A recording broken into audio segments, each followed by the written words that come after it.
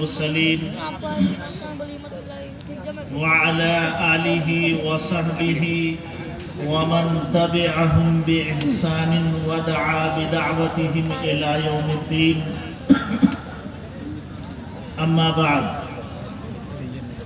فأعوذ بالله من الشيطان الرجيم. بسم الله الرحمن الرحيم.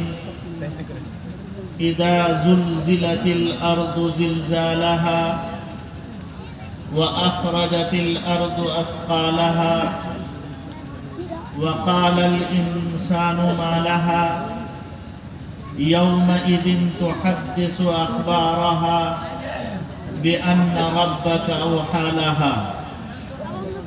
وعن أبي هريرة رضي الله تعالى عنه أنه قال قال رسول الله صلى الله عليه وسلم كل ابن آدم أصاب من الزنا لا محالة، فالعين زناها النظر، واليد زناها اللمس، فالنفس تهوي وتحدث، ويصدق ذلك ويكذبه الفرج، أو كما قال عليه الصلاة والسلام. اسٹیج پر بیٹھے علماء کرام، سامعین اعظام اور پردے میں بیٹھی ہماری ماؤں اور بہنوں،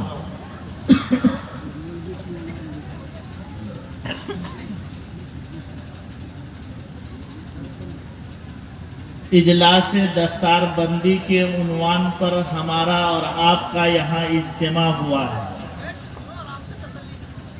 اور جناب مفتی عبدالقدوس صاحب دامت برکاتہم نے بڑی محنت عرق ریزی قد و کاوش کے بعد آپ کو یہاں اکٹھا کیا ہے. 8 بچوں کی دستار بندی ہونی ہے، جس کا خوشنما منظر انشاءاللہ آپ کے روبرو بہت جلد پیش ہوگا. آپ حضرات اطمینان خاطر سے بیٹھیں، چونکہ قرآن کی نسبت پر یہ پروگرام ہو رہا ہے. 8 بچوں نے قرآن کریم کو اپنے سینے میں محفوظ کیا ہے، اور اسی کا ایک اظہار خوشی کا دستار کی شکل میں یہاں پیش کیا جا رہا ہے، جو دراصل مقدمۃ الجیش کے طور پر ہے کہ آج اتنے بڑے مجمع کے سامنے ان بچوں کے سروں پر دستار رکھی جائے گی، اور کل قیامت کے میدان میں سارے انسانوں کے سامنے ان کے ماں باپ کو یہ امتیاز اور تمغہ عطا کیا جائے گا کہ ان کے سروں پر سورج سے زیادہ روشن تاج رکھا جائے گا. یہ قرآن اللہ کی آخری اور لازوال کتاب ہے. قرآن اللہ تبارک و تعالیٰ نے اپنے نبی کو بطور معجزہ کے عطا کیا ہے. ہمارے نبی کو اللہ نے کئی معجزے عطا کیے، ان معجزوں میں قرآن سب سے اہم ترین معجزہ ہے. اور اس سے آپ سے پہلے جتنے بھی انبیاء آئے، جتنے بھی رسول آئے، اللہ نے اپنے اپنے وقت میں اپنے اپنے نبیوں کے ہاتھ پر کوئی نہ کوئی معجزہ ظاہر فرمایا ہے.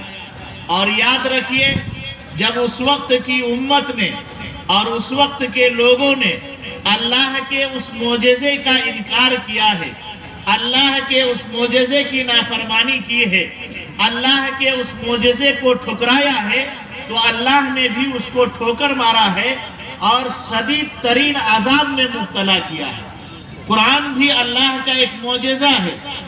آج قرآن سے ہمارا اور آپ کا رشتہ کٹتا جا رہا ہے. یہی وجہ ہے کہ ہم اور آپ قعر مذلت میں گرتے چلے جا رہے ہیں. قرآن اللہ کی طرف سے دیا ہوا ایک معجزہ ہے. اگر اس کی عظمت ہمارے سینے میں ہوگی، اس کی محبت ہمارے سینے میں ہوگی، اور اس کے اندر جو کچھ کہا گیا ہے اس کو اپنی زندگی میں اتارنے کی فکر ہوگی، اور جن چیزوں سے منع کیا گیا ہے اپنی زندگی سے اور اپنے سماج سے کھرچ کر اس کو مٹانے کا جذبہ ہوگا، تو اللہ کی رحمتیں متوجہ ہوں گی، اللہ کی برکتوں کا نزول ہوگا. لیکن اگر اس کے خلاف ہم اور آپ چلیں گے، قرآن چونکہ معجزہ ہے، اگر ہم نے اور آپ نے اس کی ناقدری کی تو یقین جانیے اللہ کا قہر نازل ہوگا، اللہ کا غضب نازل ہوگا، عذاب آئے گا، پریشانیاں آئیں گی، مصیبتیں آئیں گی، اور ہم اور آپ اس کا احساس تک نہیں کر سکیں۔ اللہ تبارک و تعالیٰ نے اس کائنات کو بنایا اور اس میں انسان کو بھی آباد فرمایا۔ انسان کو جب دنیا میں بھیجا تو اللہ نے اس کی رہبری اور رہنمائی اور ہدایت کے لیے نبیوں کا ایک سلسلہ جاری فرمایا، اور ہم سب کے نبی آخر الزماں سرکار دو عالم صلی اللہ علیہ وسلم پر اس سلسلے کو بند فرما دیا۔ اب آپ کے بعد دنیا میں کوئی نبی نہیں آئے گا، اور آپ کے بعد جو آپ پر کتاب نازل کی گئی اس کے بعد کوئی کتاب نازل نہیں ہوگی۔ آپ آخری نبی ہیں، اور قرآن کریم اللہ کی آخری کتاب ہے، اور قیامت تک کے لیے آپ نبی، اور آپ کی کتاب بھی قیامت تک کے لیے راہ ہدایت کا ذریعہ ہے۔ پچھلی قوموں نے اپنے نبی کا انکار کیا، پچھلی قوموں نے اس وقت کے معجزے کا انکار کیا، اس وقت کے معجزے کو ٹھکرایا، تو اللہ نے اسے عذاب میں مبتلا کیا۔ قرآن کی اوراق کو کھولیے، قرآن کے ورق کو پڑھیے، اس میں اللہ نے جگہ جگہ پچھلی قوموں کے حالات اور واقعات کا ذکر کیا ہے۔ پچھلی قوموں پر جو اللہ نے عذاب نازل کیا اس کا بھی تذکرہ کیا ہے۔ کیا قرآن قصے اور کہانی کی کتاب ہے؟ نعوذ باللہ قصے اور کہانی کی کتاب نہیں۔ پچھلی قوموں کے واقعات اور ان کے ساتھ پیش آنے والے حالات کا ذکر قرآن نے اس لیے کیا تاکہ آنے والی نسل، قیامت تک کے لوگ ان واقعات کو پڑھیں اور اس سے عبرت حاصل کریں، اور آخری جو معجزہ دیا گیا ہے اس معجزے کو قدر کی نظر سے دیکھیں، اور جو لوگ اس آخری معجزہ قرآن کریم کے حامل ہیں یعنی حافظ قرآن ہیں، ان کو عظمت کا تاج پہنائے سماج۔ قوم عاد کا واقعہ لکھا ہوا ہے۔ اللہ کے نبی کا انکار کیا اور اللہ کے رسول کا مذاق بنایا۔ اس وقت کے جو رسول تھے انہوں نے جو پیغامات دیا ان کو ٹھکرایا، تو اللہ نے ان پر جو عذاب نازل کیا وہ 7 دن اور 8 رات تک مسلسل آندھی کا عذاب دیا۔ آج تھوڑی سی آندھی چل جائے، 5 سے 10 منٹ کی رفتار میں آ جائے تو بولو آبادی کی آبادی تباہ اور برباد ہو جاتی کہ نہیں ہو جاتی ہے؟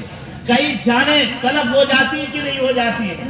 اور کیا کہتے ہیں، کھیتیاں اجڑ جاتی ہیں، آبادیاں تہوبانہ ہو جاتی ہیں، اور جہاں 7 دن تک اور 8 رات تک مسلسل آندھیاں چلی ہو، اب اندازہ کرو کہ اس آبادی کا کیا حشر ہوا ہوگا۔ قرآن کریم نے لکھا ہے کہ فَأَمَّا عَادٌ فَأُهْلِكُوا بِرِيحٍ صَرْصَرٍ عَاتِيَةٍ سَخَّرَهَا عَلَيْهِمْ 7 لَيَالٍ و8 أَيَّامٍ حُسُومًا فَتَرَى الْقَوْمَ فِيهَا سَرْعَىٰ كَأَنَّهُمْ أَعْجَازُ نَخْلٍ خَاوِيَةٍ فَهَلْ تَرَىٰ لَهُم مِّن بَاقِيَةٍ۔ 7 دن اور 8 رات تک آندھیاں چلی۔ آندھی کا جب سلسلہ شروع ہوا، پہلے ہلکی ہلکی ہوا چلی، لوگ مستی میں آ گئے کہ اللہ نے رحم کا معاملہ کیا، کرم کا معاملہ کیا اور ہوائیں بھیجی ہیں، اس سے ہمیں راحت ملے گی، لوگ اچھلنے لگے، کودنے لگے۔ لیکن جب یہ دھیرے دھیرے ہوا تیز ہونے لگی اور ہوا میں ایک آواز تیز سی آنے لگی تو یہ سب سمجھ گئے کہ یہ رحمت کی ہوا نہیں ہے بلکہ اللہ کی جانب سے طے شدہ عذاب کی ہوا ہے۔ چنانچہ انہیں جب یہ احساس ہوا تو وہ اپنے گھروں میں گھس گئے، بچے اپنی ماں سے چمٹ گئے اور مرد حضرات گھروں کی دیواروں سے چمٹ گئے تاکہ ہمیں آج پناہ مل جائے۔ لیکن جب اللہ کا عذاب آتا ہے تو دنیا کی بڑی سے بڑی طاقت بھی، سپر پاور طاقت بھی اس کا کچھ نہیں کر سکتی ہے۔ بولو آج ترکیہ میں زلزلہ آیا کہ نہیں آیا؟ شام کے ملکوں میں زلزلہ آیا کہ نہیں آیا؟